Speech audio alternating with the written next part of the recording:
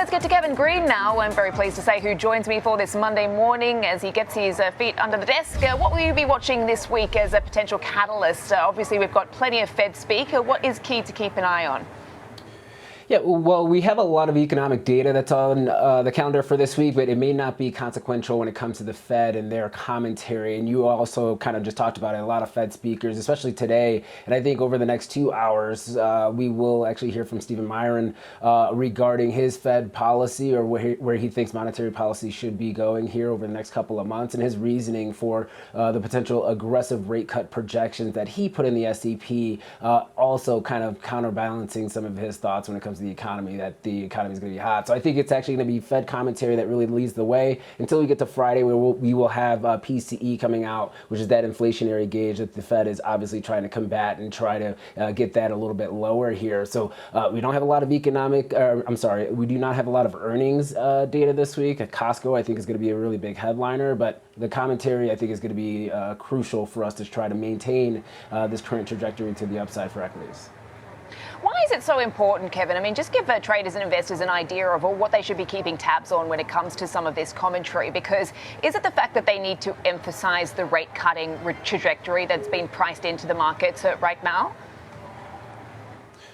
Well, yeah, if you're kind of looking at the summary of economic projections and the cuts that were actually implemented, it's a little bit at odds with each other. Obviously, we are seeing the inflationary pressure still kind of re-rate to the upside. The Fed has acknowledged that with the summary of economic projections, especially when you're looking at 2026 levels. But you're also seeing a re-rating higher when it comes to GDP growth. There are expectations for GDP to actually come in a little bit hotter than what we have perceived in the past.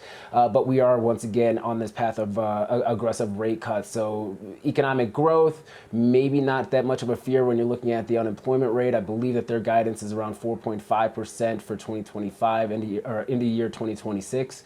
And the fact that they are trying to potentially aggressively cut rates kind of at odds. So let's see how this all kind of develops here. If you're kind of looking at the equity market in this type of environment, if we do go through with these cuts, it should actually run equity markets a little bit hot, even though inflation couldn't be sustained. That is something that can be very conducive for a lot of stocks here over next coming years, if you will. As long as that economic growth rate is higher than inflation, that's net positive for the economy as well as for equities. Yeah, and there seems to be some conversation this morning going around as to whether the Fed is indeed cutting into what could be an expected reacceleration, which is obviously a narrative to keep an eye on. Okay, so we've got some PCE data out later in the week, so we are going to obviously be keeping tabs on that side of the dual mandate as we get a lot of Fed speaker this week. But we're also keeping an eye, as you said, on very few earnings, but important ones to say the least, Costco. And I'm just wondering, as we look across the sectors this morning, how are you looking at staples right now? Well, staples are definitely breaking down over the last couple of weeks. If you're looking at a 3-year weekly chart, we have now seen that bearish cross with the MACD, the 12 EMA below the 26 EMA, and it has broken the key level of support at $79.25. So the next area of support, if you're looking at the XLP, is sitting at around $75.77. Now, this could be for a couple of reasons. If it's more of a risk-on tone in the market, do we see a rotation out of defensive sectors like staples and see those flows going into offensive type of sectors or growth sectors like technology, communication services, or even some of these thematic type of industries like nuclear power and things of that nature? That could be the case. You could also have a situation where consumer demand is actually slowing or decelerating, and we may actually see the dollar kind of maybe trade around these particular levels. So there could be some headwinds when it comes to the staples as a whole here. Now, Costco has an advantage because they do command a significant portion of their own supply chain, and they do carry a little bit of weight when it comes to suppliers. So I think that they will provide a pretty decent gauge as to economic growth for consumers within their own little cohort here, and see if they're actually able to maintain current margins given the fact that we do have some tariff pressures that are hitting some industries and sectors. Okay, a little bit risk off to kick off the fresh trading week as we look ahead to some of this commentary, but I'm just seeing these moves in gold, so seems to be catching a bit of a bid today, surging to a fresh record high. What do you think is behind the move we're seeing right now, Kevin?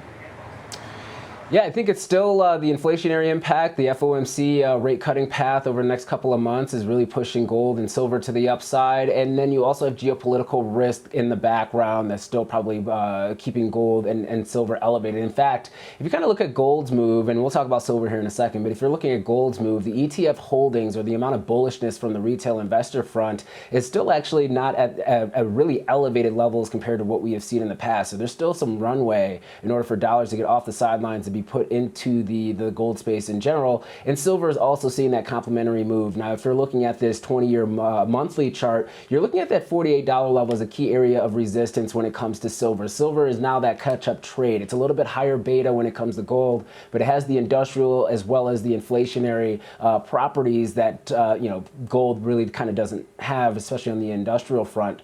So if we actually do see economic growth on the global scale actually re-rating higher over the next couple of months, silver can be a beneficiary of that. And silver also can run very aggressively even if the dollar does retrace and move higher, which that's usually a headwind for gold. So keep your eye out on this one. It's still underloved, underowned, and it seems like it's on the trajectory path on trying to at least hit that $48, $49-ish area. Let's see if it does. Okay, those are the levels to watch. Thank you so much, Kevin Green, as always, for breaking down those key stories for the markets.